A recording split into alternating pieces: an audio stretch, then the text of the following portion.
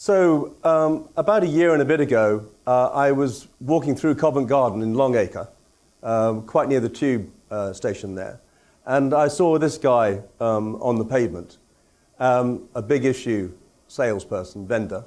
And does anybody know what normally they say when you get anywhere near them? What happens with these guys and women, for that matter? Big issue, big issue. That's basically what they say. And one of the problems with that is it has led me not to buy Big Issue for over 20 years since I bought one of the early copies as an early adopter of it. At least I wanted to be. When I read that Big Issue, it was full of terrible editorial. So I never bought another copy. On this particular occasion, this guy was kind of standing in the middle of the road, not hiding against the wall like they often do. He looked me straight in the eye. He said, "Hi, how are you doing?" And that was revelatory. And I said, I'm doing fine, actually. I said, "What's in that issue?" He said, "It's got a fantastic interview with George Michael."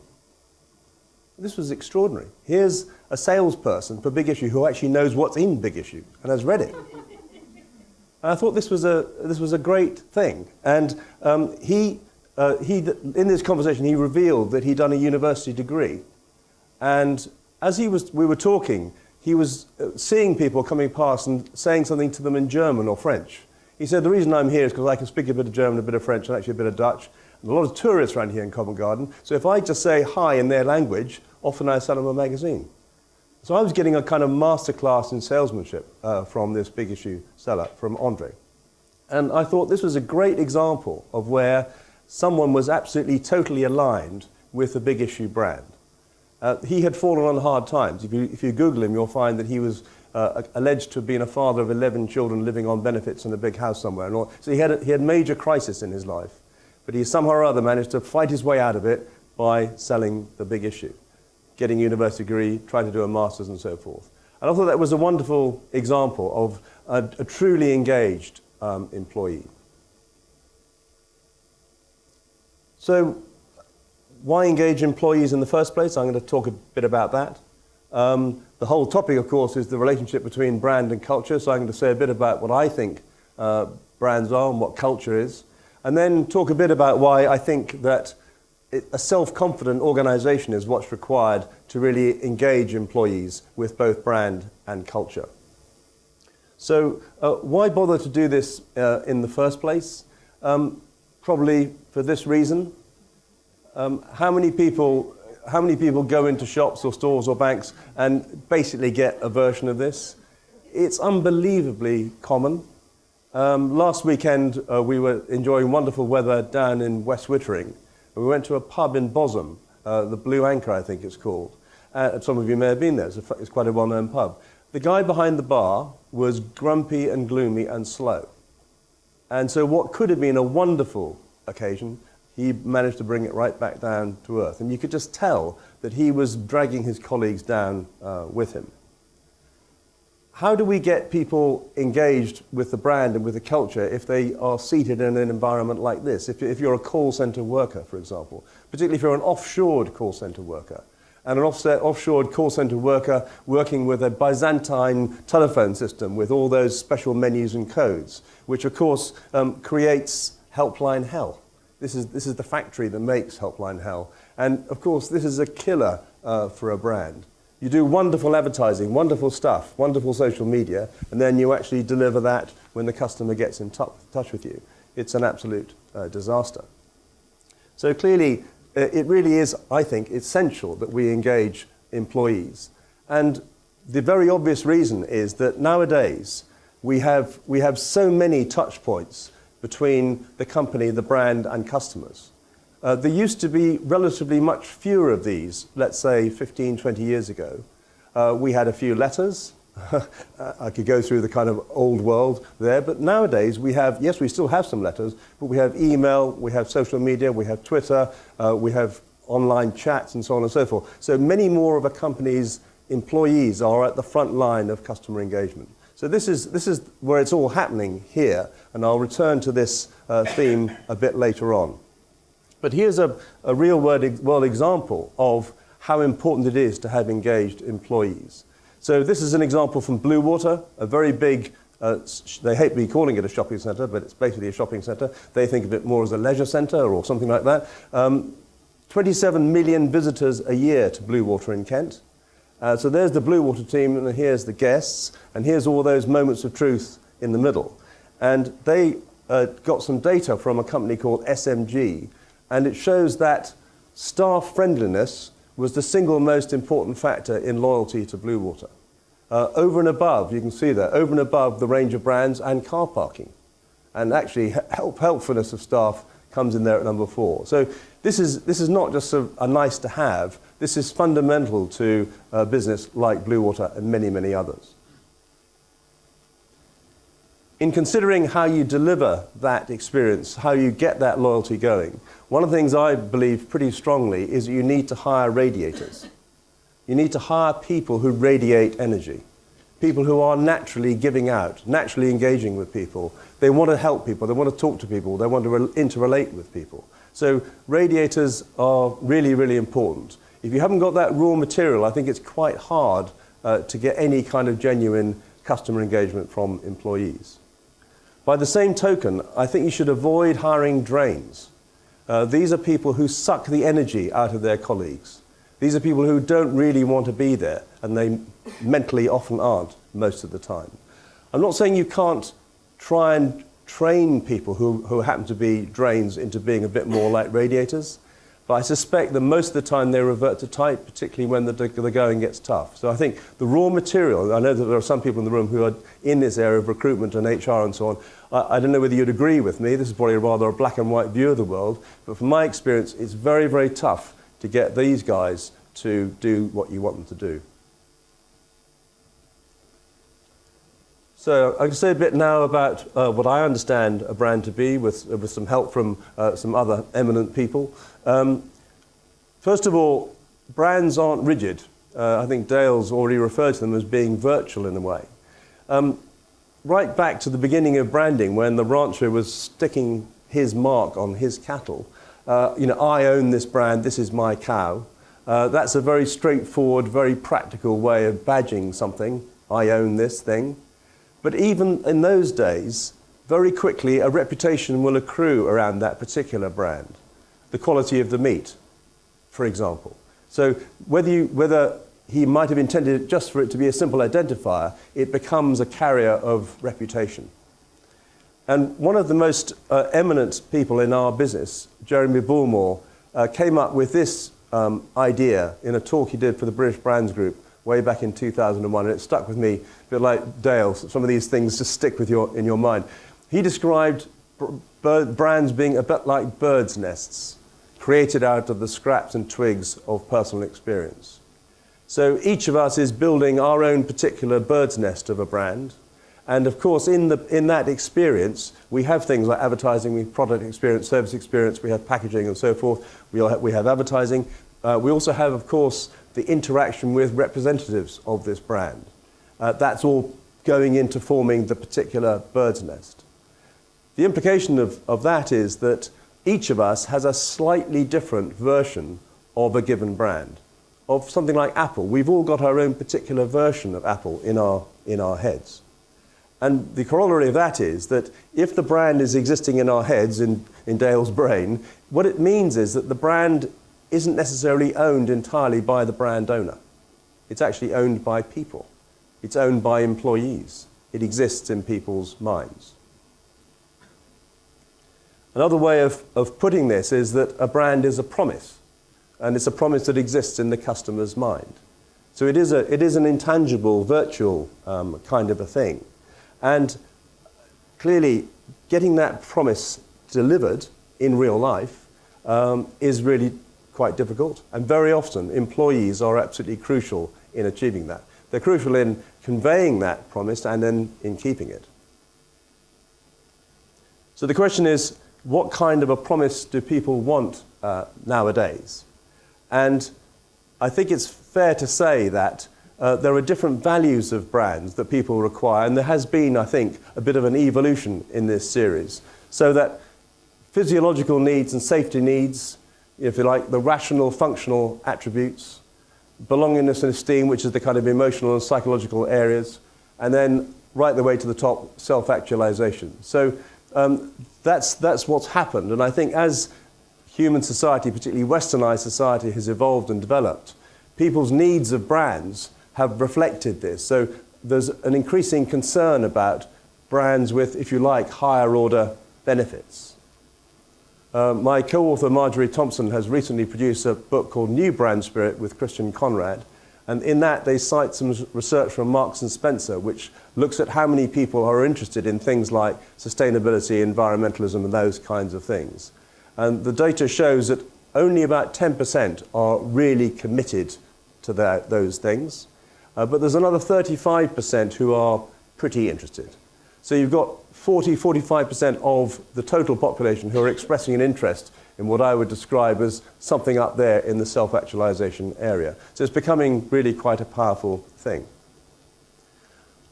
The implication of that is that a brand needs to have elements of all three of these types of values. And clearly there are some brands which tend to specialize in one or other area. So in the rational functional dimension, you might have household cleaners, things like that. Emotional and psychological feelings might be engendered for fashion brands, leisure brands, and that kind of thing. And up at the ethical end, you might have a brand like Tom's with a buy one, give one away for eyewear and shoes. So brands need to find their center of gravity within those kinds of dimensions. This is a way of looking at that, how you construct a brand promise. First of all, you've got to create it in the first place.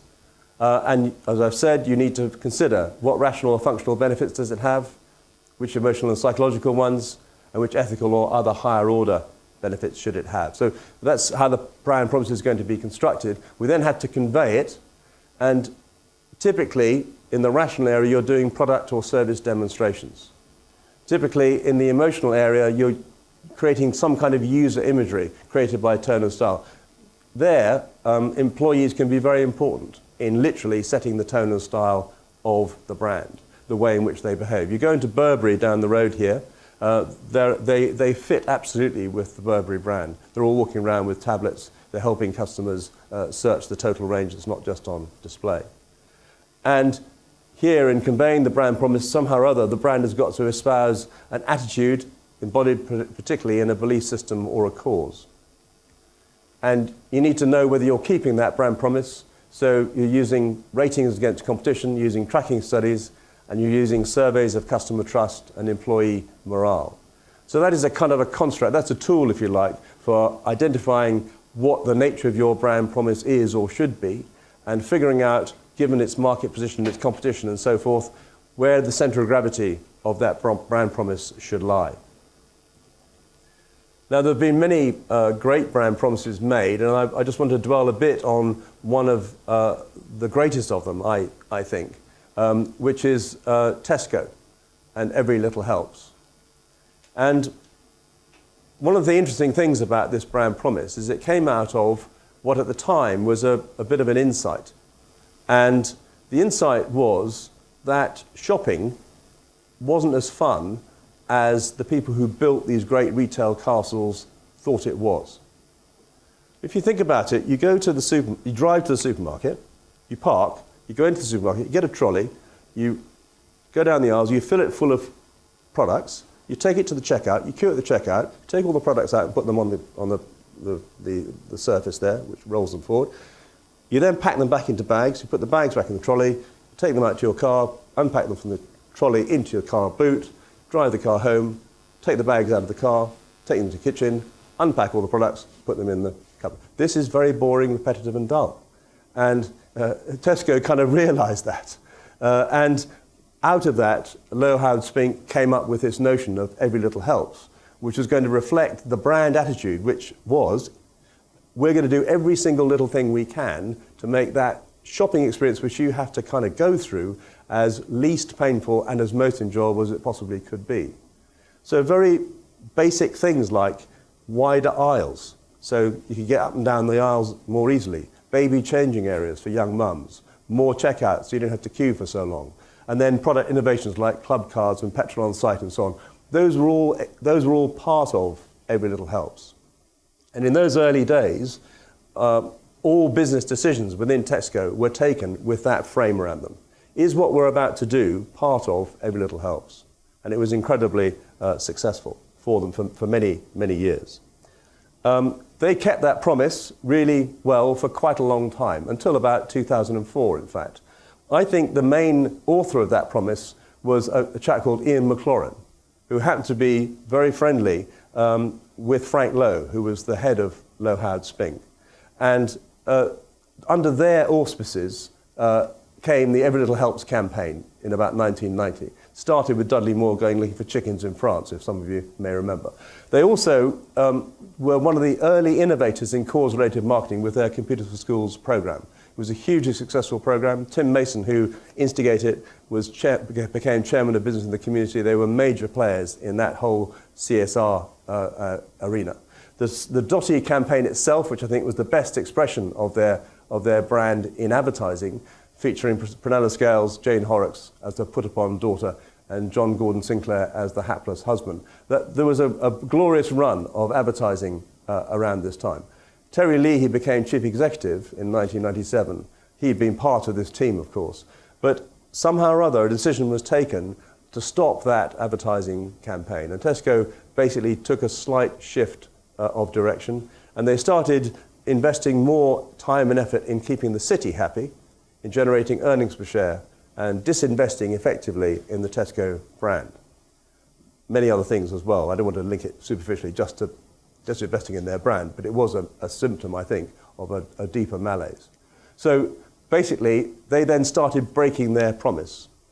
They started leaning over heavily on their suppliers, taking so many costs out of the food chain that it ended up with the horse meat scandal. The accounting scandal, which broke just around the time that Dave Lewis became chief executive, was horrendously damaging for them. They're still suffering the repercussions of that. And so it's extraordinary that it lost 53% of its market cap, £14 billion, in an enormously quick period of time. So if anyone ever says that all this brand culture stuff doesn't count, this is a very hard example of showing that it really does count. You break that promise and you get this kind of damage. Now, the new chief executive, the man from Unilever, Dave Lewis, is now on a mission. He's in search of Tesco's DNA. We need to go back and find out what it was in its DNA that made the Tesco brand successful in the first place. I can see why he's saying that, but on the other hand, I think it's a really dumb thing to say, because we know what it is. It's Every Little Helps.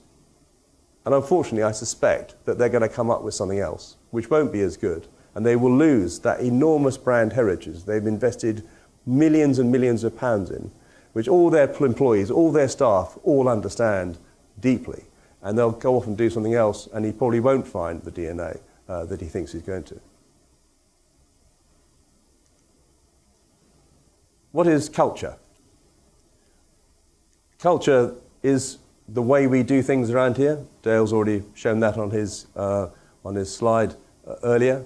I think that's a reasonable summary of what it is. But I think at the heart of culture is the brand story, and that's why the brand and culture are very closely aligned. What is the story of the brand? What is its personality? What are its values, its uniqueness, its purpose, its question, the mission that it's on? Where has it come from and where is it going to? That is the all-important brand story that all brands must have. And I think culture, it depends upon having that coherent, well-articulated story. I think this is a rather neat way of putting it. This is by Kevin Murray, The Language of Leaders. A good story is like a stealth fighter plane.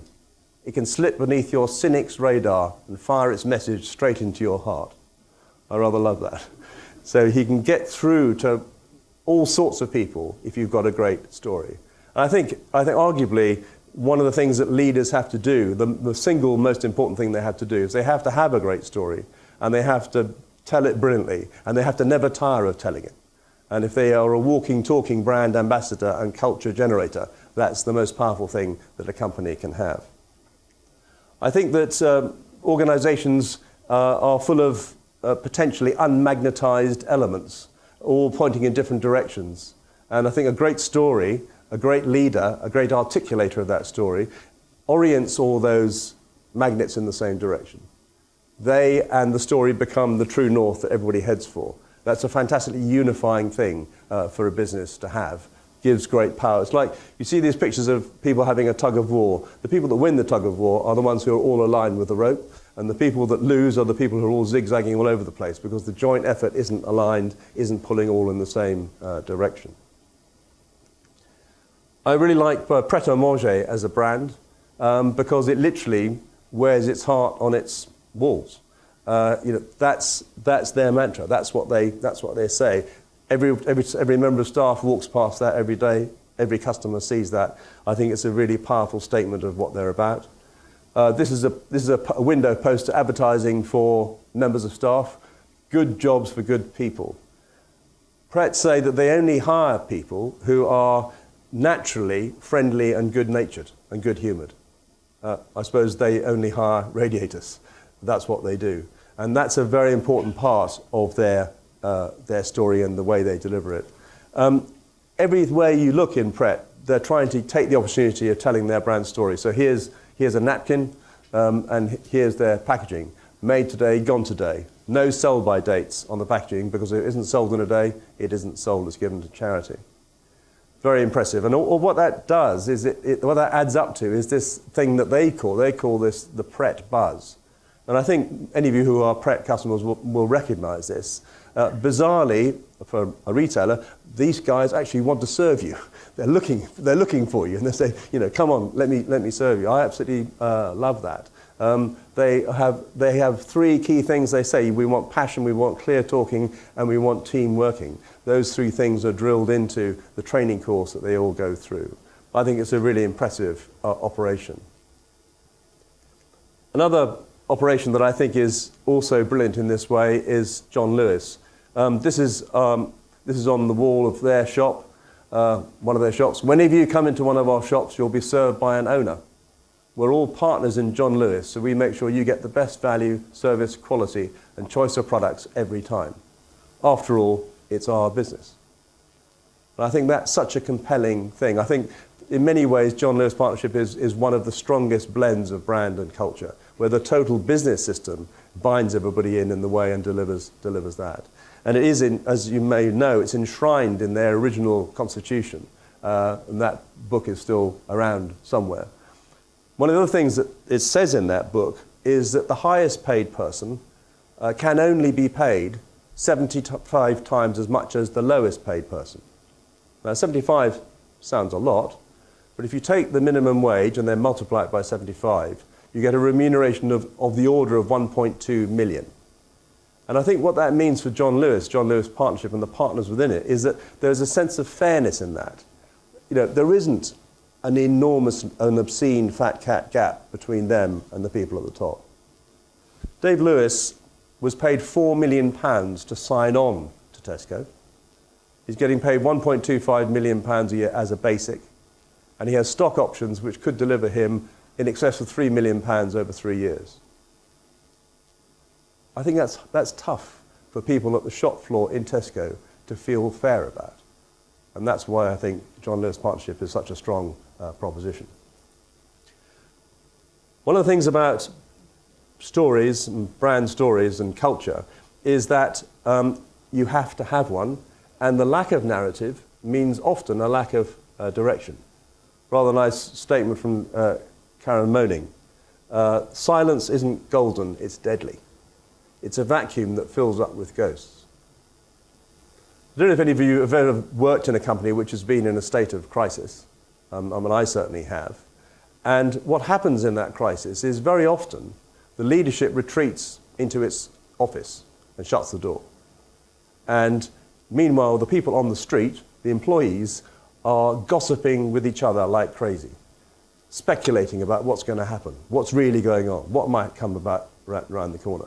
And very often, the rumour mill and the gossip and the rumour and the stories that it creates are worse than the actual truth of the matter. It's just that the leadership doesn't tell you what the truth of the matter is because they're trying to keep it here. And I think that's a really dangerous thing for companies to do. And the lesson is, and this is the lesson of crisis management, you have to grasp the nettle, take the pain, apologize, explain, and then move on. That's what you have to do. And silence isn't golden. I think another thing that is we have to deal with these days is that we are in an era of transparency where it's extremely hard to keep a secret. And in fact, if you think about it, the secret keeps you. Sooner or later, possibly through a whistleblower or other means, the truth will out. And I think that leaves the leadership of a company in a very weak position if something that they've denied turns out to be true. So much better to own the issue right from the start.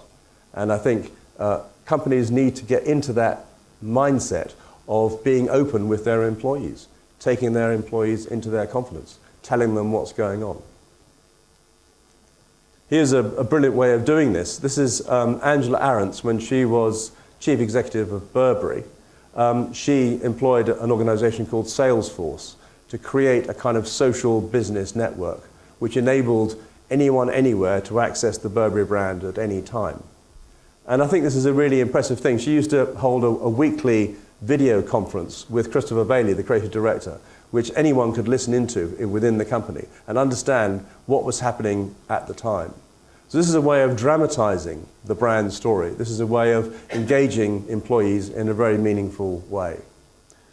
Very sadly, I don't think they're doing this any longer. She left to go and be head of retail at Apple, and as far as I understand it, they're no longer continuing with this program, which I think is a great shame. This is why eponymous brands, now I know that it's not called Branson, it's called Virgin, but I think he's so inextricably connected to Virgin that it's near an eponymous brand. Certainly it's as near as Dyson or Cath Kidston or Elle Macpherson. So what you have in these cases is you have a walking, talking brand ambassador who is literally telling the story every day, all day. And I think Branson has his critics, but I think he's done a brilliant job of continuously coming up with David and Goliath challenges which support the basic brand proposition. Not always with him as the hero, but very often. And I think that's what has made Virgin such an exciting and dynamic business or series of businesses to work for. And these foundation myths, these stories of the owners, the founders, these are all part of the heritage of the brand that should be part of the brand story. This is a neat idea. This comes from Guy Parker, who's Chief Executive of the Advertising Standards Authority. So he does these 10 at 10s. So a 10-minute talk at 10 o'clock in the morning. People bring their coffee and their croissant or whatever, and he does these pretty regularly. And it's become a kind of format. Everybody understands what the format is, and it's his way of keeping the Advertising Standards Authority, 70 people, informed about what is going on. I think that's rather a neat way of doing it. At 23 Red, Jane Asher has beer o'clock every Friday, and she does a similar kind of thing. And it's amazing how helpful it is in keeping everybody engaged. Lastly, I'd like to talk about why I think a self-confident organization is so important in bringing together brand and culture.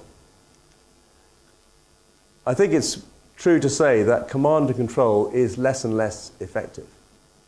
I think probably in the 50s and 60s, when people were generally a bit more obedient, possibly jobs were slightly scarcer, culturally people were more inclined to do what they were told, you could possibly run an organization by sitting at the top of it and sending down orders to the troops below to actually deliver on. I think that's become harder and harder to do nowadays.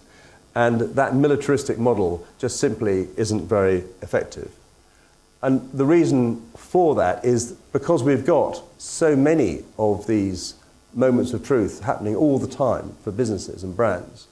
If you're at the top of that mountain, you simply can't issue enough commands in a sufficient sophistication to be able to get people to do what you want them to do, even if you could do it, and even if they wanted to do it. So I think we've got to have a new way of dealing with these moments of truth. And I think it's by creating a thing called the self-confident organization.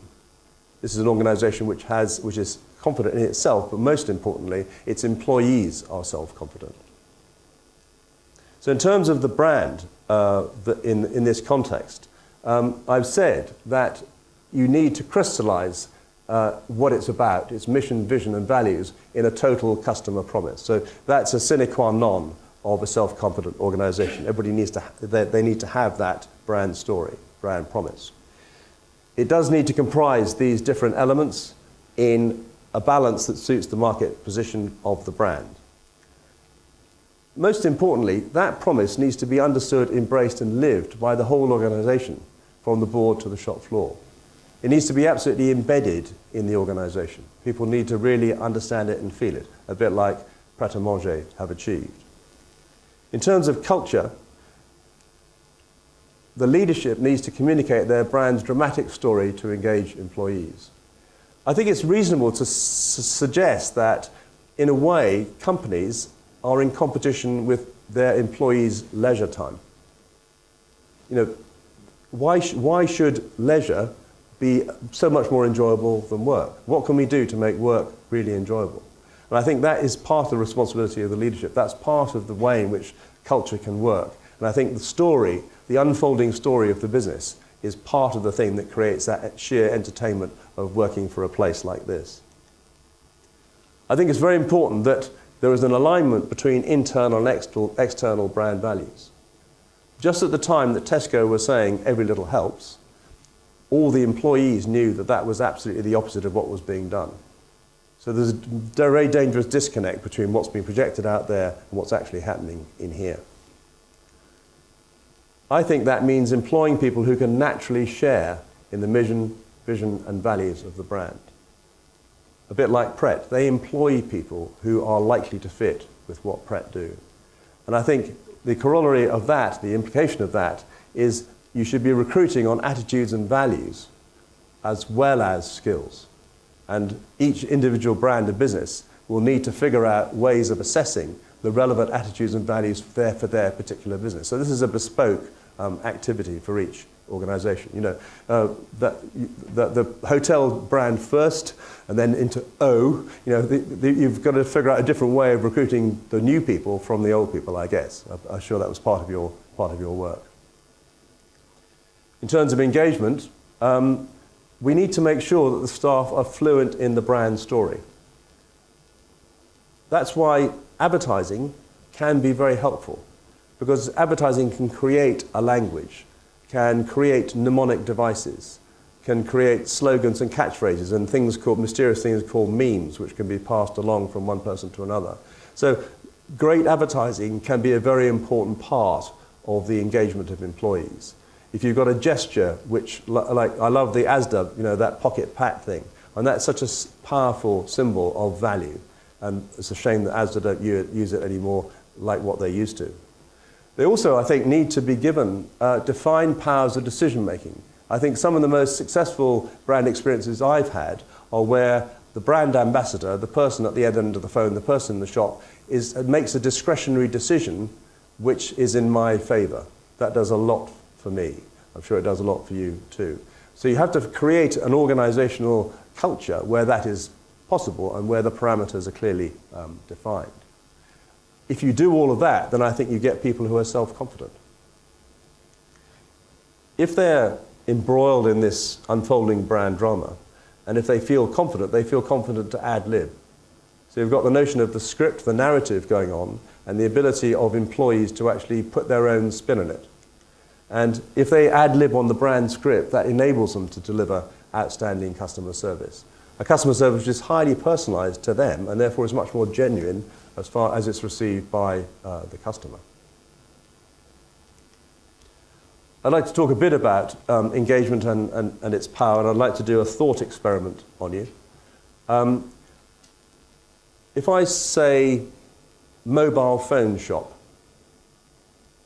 or shoe shop, or bank, or restaurant, my hypothesis is that as I say those different words, or couples of words, into your head pops immediately a notion of what good service would be in each of those contexts. Human beings seem to have an incredible ability to do that. I hope it worked for you. Always seems to work for me. Then almost as soon as you've got that construct in your head of what good service in a mobile phone shop would actually be like, immediately your brain tells you that that is unlikely. And at best, you might get 80% of what you thought good service might be.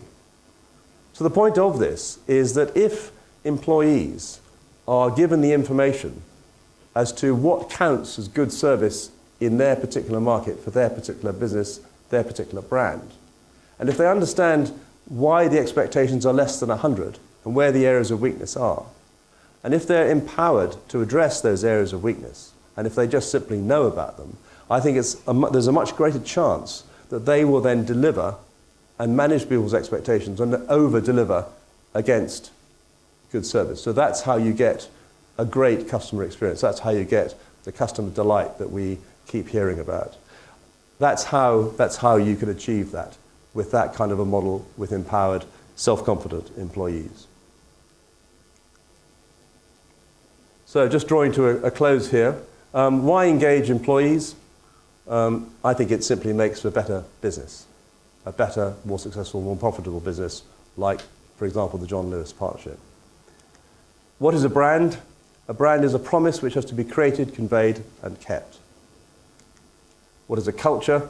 I think it's a natural fit between the staff and the brand story, living in a narrative which is completely engrossing.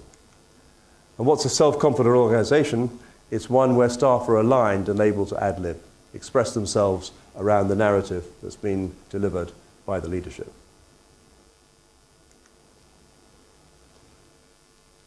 The other day, I was walking through Chiswick Business Park, which is a new development near Gunnersbury Station. Some of you may know it. And I saw this guy, and he was sweeping up litter. That's his sort of little shovel and brush. And he was doing it, I could just tell he was doing it really well. And I'm always impressed when I see people doing often a menial job really well. So I really like that. And then I saw that on the back of his jacket was this slogan, "Enjoy Work," which actually is the brand positioning for Chiswick Business Park. So he's been asked to wear this thing, and he's a street sweeper, basically. So I thought, that's very interesting. And I approached him and I said, would you mind terribly if I took your photograph? Frankly, expecting him to be really grumpy about it because he hated wearing this jacket that says "Enjoy Work" and I'm sweeping the street. He couldn't have been nicer. He was happy, he was friendly, you can see he's sort of posing away quite happily there. And I thought, that is a fantastic testament to whoever it is that's running Chiswick Business Park. They have somehow or other managed to encapsulate what their proposition is in Enjoy Work, and even the lowliest employee seems to be buying into that.